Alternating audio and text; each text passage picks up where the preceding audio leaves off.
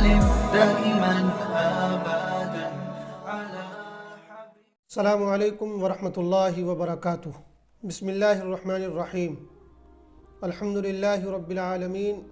والصلاة والسلام علی سیدنا محمد بن عبد اللہ الامین وعلی آلہ وصحبہ اجمعین، اما بعد۔ محترم ناظرین و سامعین، تعارف حدیث سیریز کی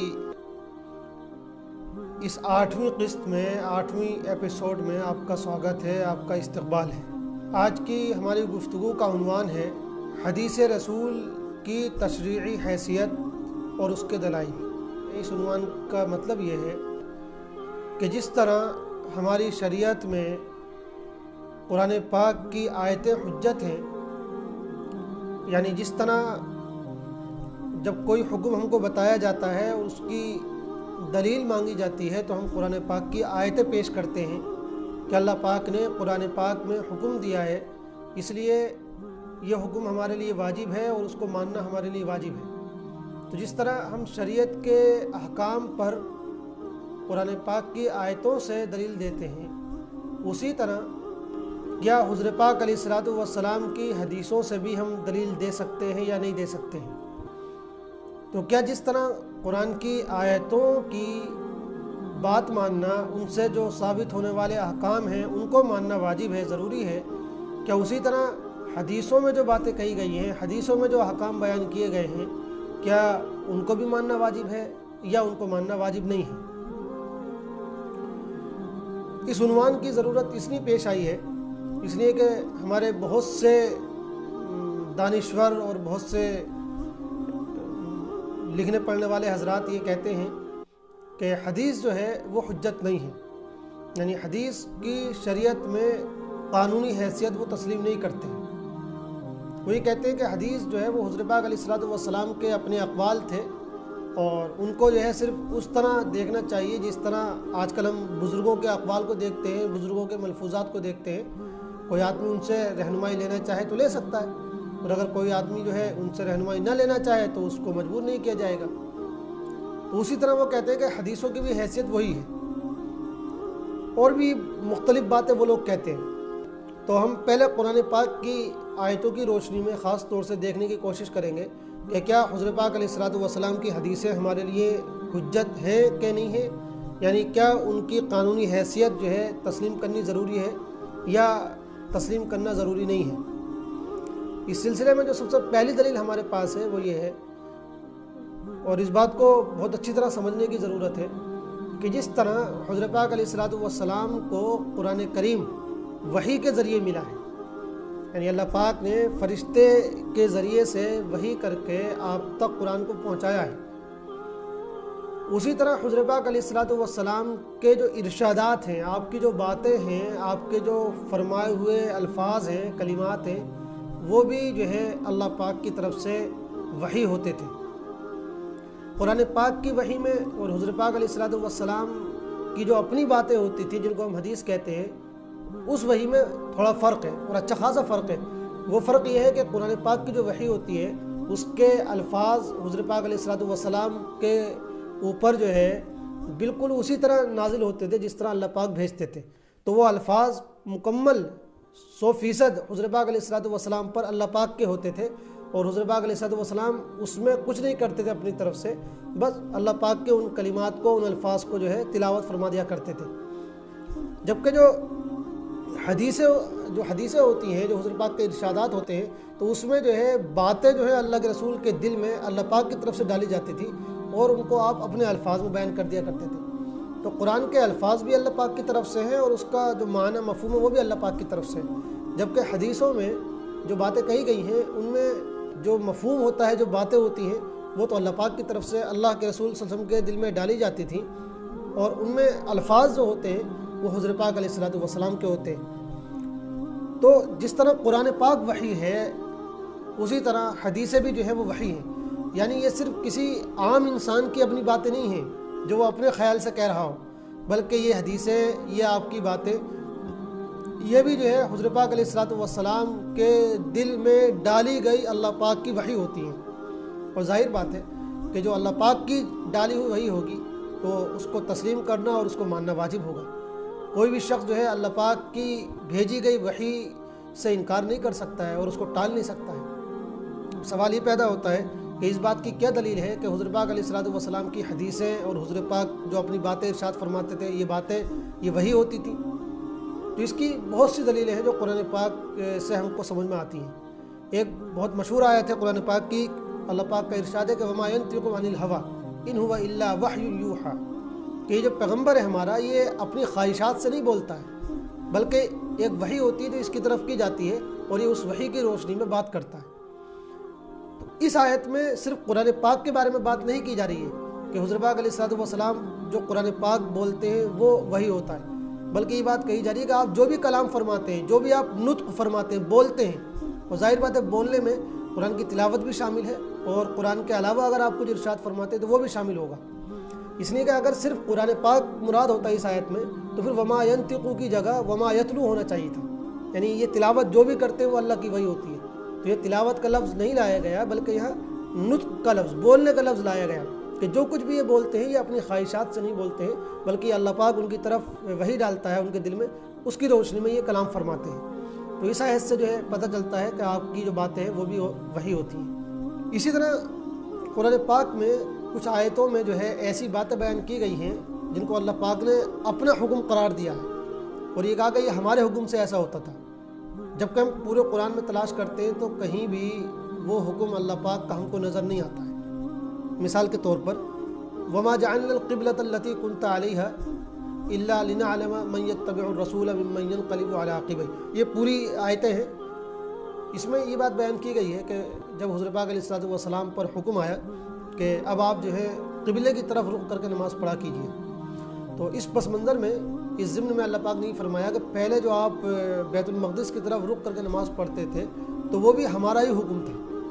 ہم نے حکم دیا تھا کہ آپ بیت المقدس کی طرف رخ کر کے نماز پڑھیں تاکہ ہم لوگوں کو آزمائیں کہ کون آپ کی پیروی کرتا ہے اور کون آپ کی پیروی نہیں کرتا ہے۔ اس کے بعد اب حکم یہ دیا جا رہا ہے کہ اب آپ بیت المقدس کی طرف رخ کرنا چھوڑیے، اب آپ کعبے کی طرف، بیت اللہ کی طرف رخ کیا کیجیے۔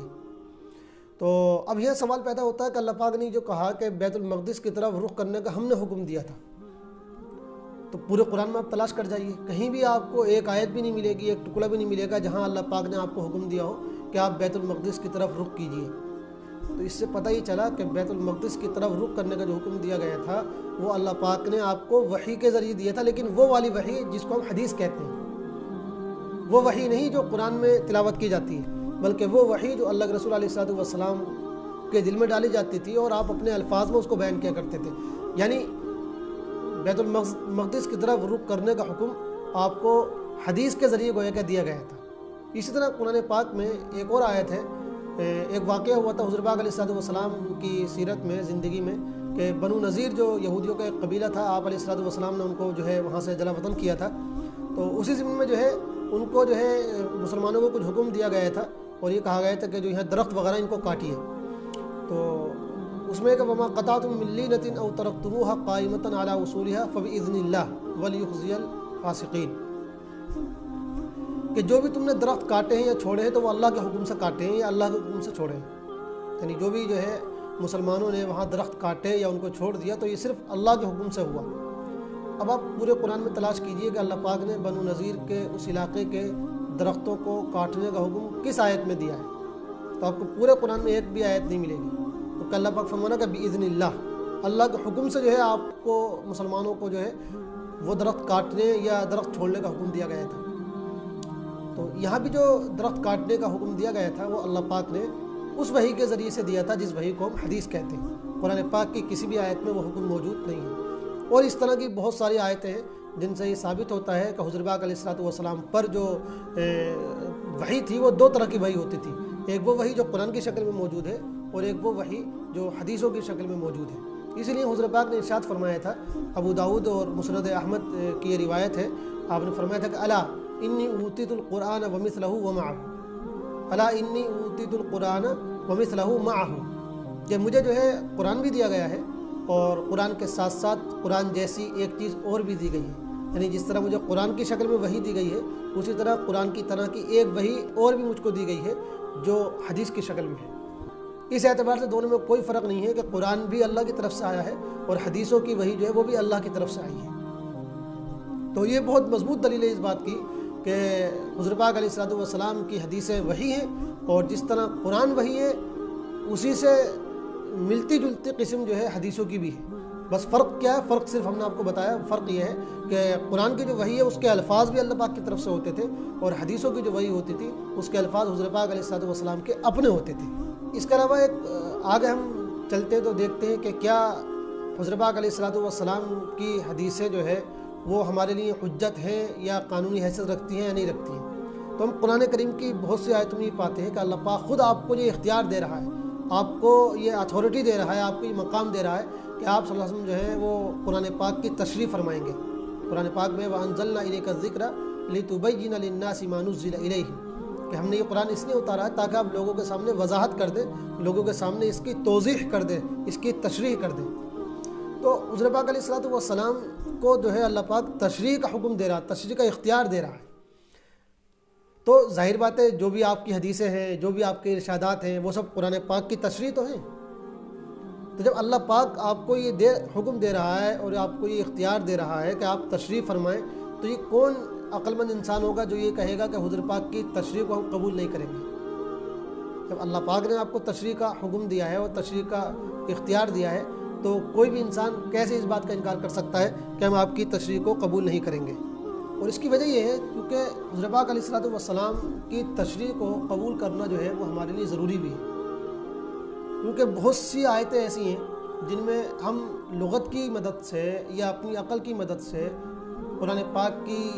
صحیح تشریح سمجھ نہیں سکتے۔ مثال کے طور پہ قرآن پاک میں ایک جگہ کہا گیا ہے وَأَنْتُمْ عَاكِفُونَ فِي الْمَسَاجِدِ، تو یہاں اعتکاف کا حکم دیا گیا ہے یا اعتکاف کا ذکر کیا گیا ہے۔ تو اب اعتکاف کس کو کہا جائے گا؟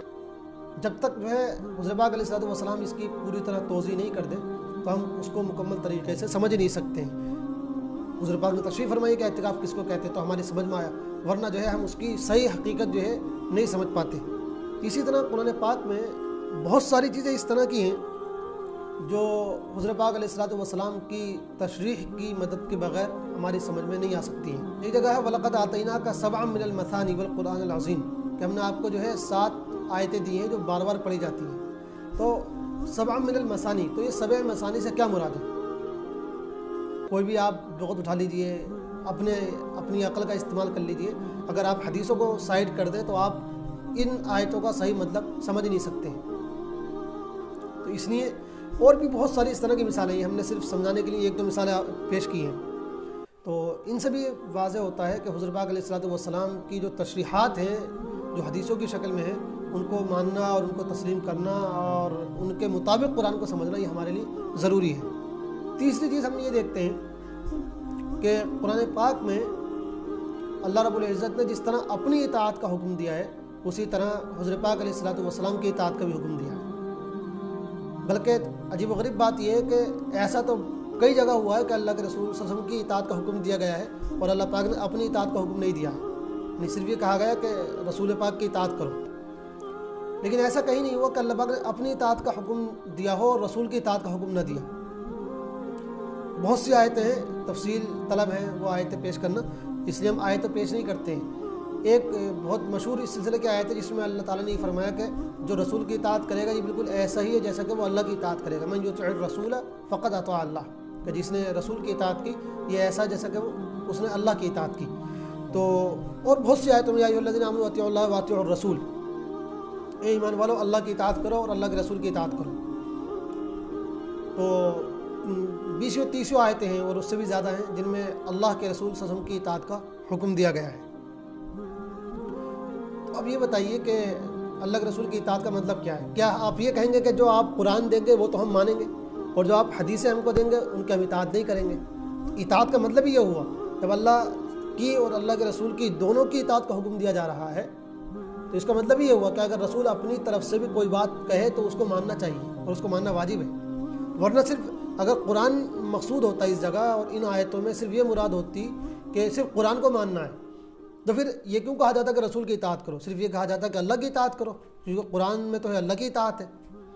تو رسول کی اطاعت کا حکم بار بار دیا جا رہا ہے اور یہ کہا جا رہا ہے کہ جس نے رسول کی اطاعت کی اس نے گویا کہ اللہ کی اطاعت کی، بلکہ یہاں تک کہا گیا ہے کہ فلا وربک لا یؤمنون حتی یحکموک فیما شجر بینہم، کہ جب تک یہ مومن ہی نہیں ہو سکتے جب تک کہ اپنے جھگڑوں میں، اپنے مسئلوں میں آپ کو فیصل اور جج اور حکم نہ مان لیں، اور جو آپ فیصلہ کرتے ہیں اس کو دل سے تسلیم نہ کر لیں۔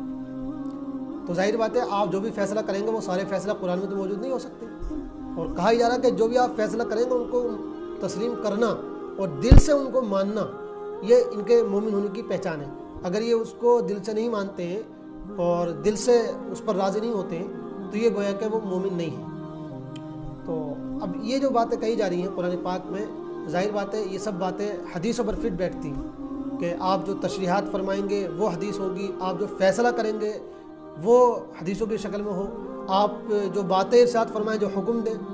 وہ حدیثوں کی شکل میں ہو، ان سب کی اطاعت کرنا اور ان سب کو ماننا یہ واجب ہے۔ اسی لیے چوتھی دلیل ہم یہ دیکھتے ہیں کہ قرآن پاک میں ایک ایسی آیت بھی کہی گئی ہے جس میں جو ہے یہ کہا جا رہا ہے کہ وما آتاکم الرسول فخذوہ وما نہاکم عنہ فانتہوا، کہ رسول پاک تم کو جو کچھ بھی دے، یعنی جو کچھ بھی کہے تم سے کرنے کو وہ کرو، وما نہاکم عنہ فانتہوا، اور جس سے بھی تم کو روک دے اس سے تم رک جاؤ۔ تو یہاں یہ نہیں کہا جا رہا کہ رسول جو تم کو قرآن دے،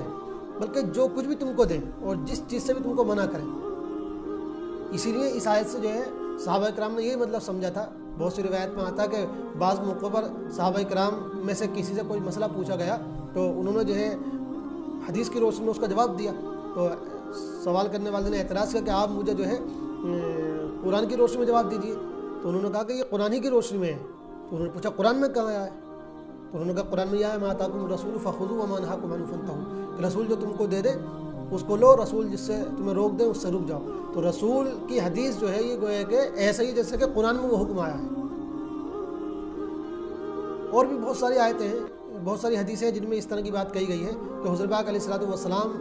جو فیصلہ فرماتے تھے اس فیصلے کو صحابہ کرام بالکل ویسا سمجھتے تھے جیسے قرآن کی کوئی آیت۔ وہ حضرت پاک کے فیصلوں میں اور قرآن کی آیتوں میں کوئی فرق نہیں کرتے تھے عمل کرنے کے اعتبار سے۔ تو ما آتاکم الرسول فخذوہ وما نہاکم عنہ فانتہوا، اس سے بھی ثابت ہوتا ہے کہ حضرت پاک علیہ الصلوۃ والسلام کی حدیثیں جو ہیں وہ ہمارے لیے اور امت کے لیے حجت ہیں۔ اور سب سے مضبوط جو ہمارے پاس اور بہت زیادہ مضبوط دلیل ہے وہ ہے صحابہ کرام کا طرز عمل۔ صحابہ کرام کی زندگی سے ایک واقعہ بھی جو ہے ایسا پیش نہیں کیا جا سکتا کہ انہوں نے جو ہے یہ کہا ہو حضرت پاک علیہ الصلوۃ والسلام سے کہ بھئی ہم قرآن تو مانیں گے اور آپ جو یہ بات ارشاد فرمانا یہ بات ہم نہیں مانیں گے، کیونکہ یہ آپ کی اپنی بات ہے۔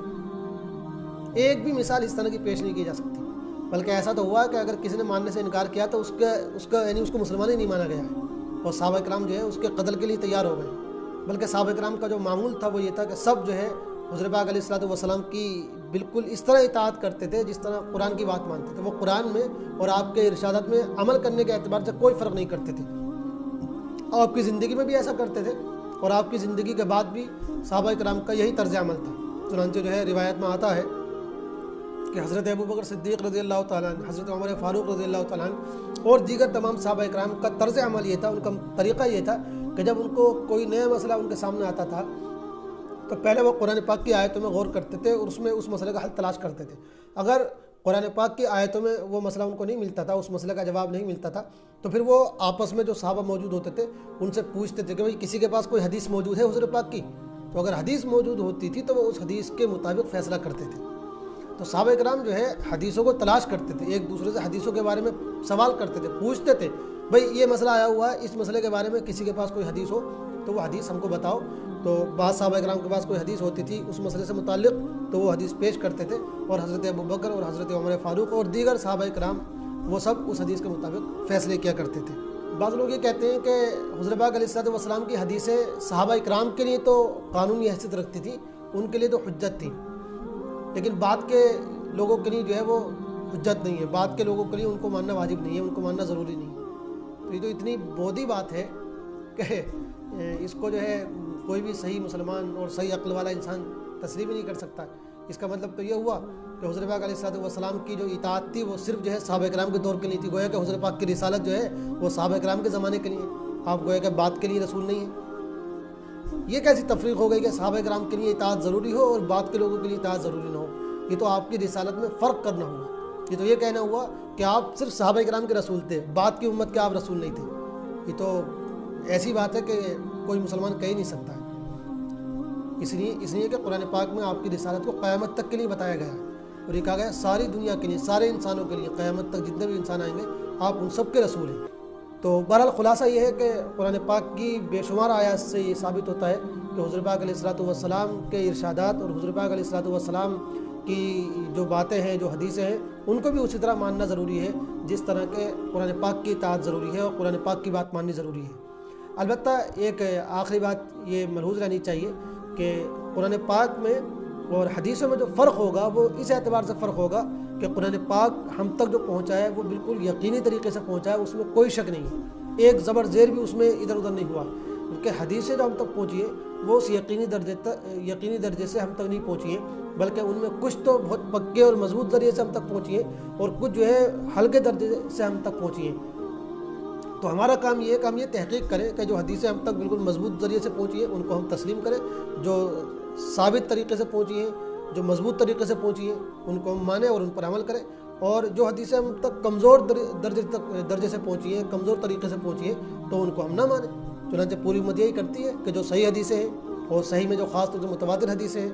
یعنی وہ حدیثیں جو بہت بڑی بڑی جماعت سے روایت ہوتی ہوئی آئی ہیں ان کو پوری امت تسلیم کرتی ہے، اور جو روایتیں ضعیف ہیں، موضوع ہیں یا کمزور ہیں ان کو امت تسلیم نہیں کرتی ہے۔ تو یہ تو فرق کیا جائے گا کہ قرآن پورا ماننا ہے، قرآن کا ایک حرف بھی جو ہے نہیں چھوڑنا ہے، جبکہ حدیثوں میں ہم کو یہ تحقیق کرنی ہوتی ہے کہ کون حدیثیں صحیح طریقے سے پہنچی ہیں اور بھروسے مند طریقے سے پہنچی ہیں، اور کون حدیثیں وہ ہیں جو ضعیف اور کمزور درجے سے پہنچی ہیں۔ تو جو صحیح طریقے سے پہنچی ہیں، مضبوط طریقے سے پہنچی ہیں، ان کی اطاعت کرنی چاہیے، ان کی بات ماننی چاہیے اور ان کو جو ہے حجت ماننا چاہیے، اور جو کمزور درجے سے ہم تک پہنچی ہیں، جو موضوع حدیثیں ہیں یا بہت زیادہ ضعیف حدیثیں ہیں، تو ان کو امت میں کوئی بھی نہیں مانتا ہے۔